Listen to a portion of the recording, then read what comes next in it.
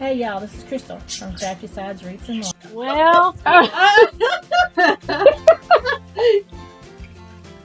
we are using a 18-inch wire wreath form from the Dollar Tree, and these are Chenille Stems. And these are what we use to attach the mesh and the things to the wreath form. And the easiest way that I've seen to do that, because you can buy the wreath forms that already have them on there, but y'all, this is from the Dollar Tree, so it's easy to put your own on there. You just take your chenille stem, bend it in half, and cut it. And it only takes about a half for each one, and that's plenty. Usually what I find, if you're going to put a big lot of stuff on there, you may need to use a whole one. But in the center of the wreath, there are cross pieces. And you put one in each of the cross pieces, which I think on this one it's eight of them. And you just put it around and then twist tie it a time or two and attach it really good. And then on the outer rim, you just put two, and you distance them like if you was to divide from one bar to the other 4 times. You leave a space and put a tie, leave a space, put a tie, and leave a space.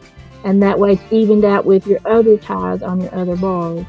And then on the inside bar, you would put one in the center.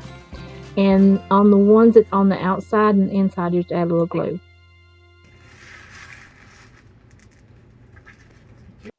Okay, y'all, this is how you cut your mesh.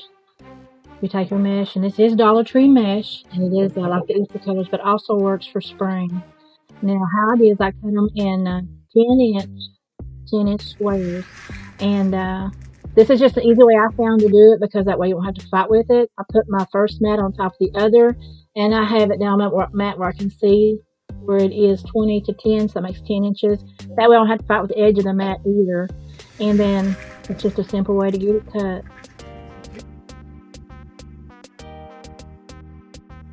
Then these are called curls. You just roll it over little tight curls, one on each end. Don't forget the ink on my hand.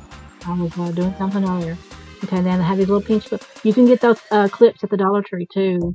You get like 6 in a pack, and they're only $1, and they are real sturdy and real handy. But you just curl from each end inside to a little curl, and what that does is that covers up the cut edges, so you don't have all that loose where it's cut and unraveled, and it makes it look a lot neater and a lot prettier. And the little clips just help hold the curl as you get them curled up. And then I put 3 together. I put 2 of the stripe one on each end, and in the middle I put a purple one. And then after you get on the clip, then you can put it on your wreath, and that's just one bundle. That's one bundle that goes inside of your Chenille Stems.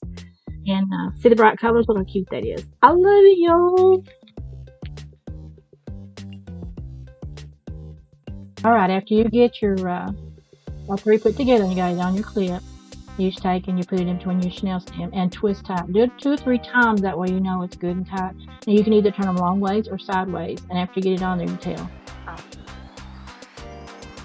This is after we get all of the mesh on. And it's really cute. Look how colorful, y'all.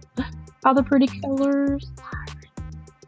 And the wires are under it, but see, with Dollar Tree mesh, you can see the wires. But we're going to show you how you can add more to it and to cover up that mesh so you cannot see the wires and still be beautiful.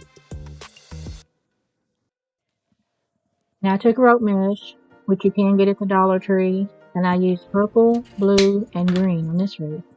And I think this just adds to it. It makes it thicker. It adds a splash of color, and I just like it. But I just took and curled it around like 2 little loops on each end, and left the end on the opposite sides of each other. And you can make it any size, and you can even double the colors up or put 3 colors at one time. And then of course I use the clip again, and you just add it onto your little Chenille stems on your wreath forms.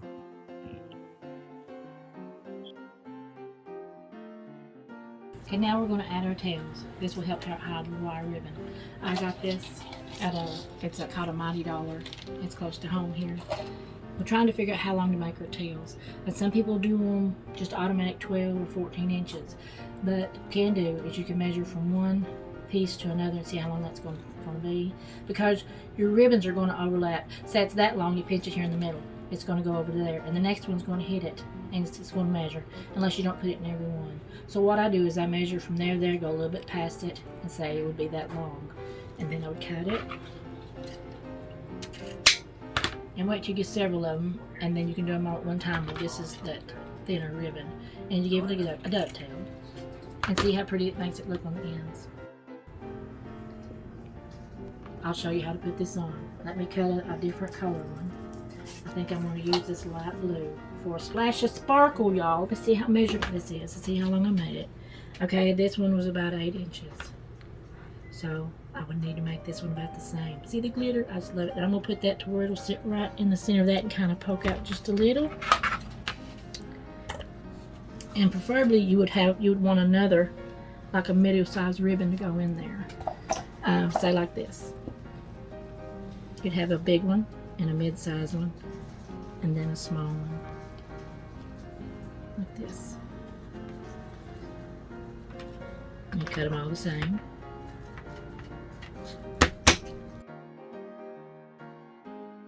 Then you go in here and you just open up these ties that you already have in there, place them in the center, twist tie them on a couple of times, and then you would separate, pull these apart and shape them. But you can shape them really good when you're completely done, because right now you're just kind of putting them on and getting to see how you like the look. But you put these around on every one of these, or every other one, how you want. And then on top of that, you would take your rope mesh that we cut, and you would put that on top of that. And that adds more color to it. You can either have the rope mesh going that way, or you can turn it going this way. It's whatever you think your filler needs. I think I'm going to do mine that way. And then you do your tails out. And see how that is hiding the wire on there?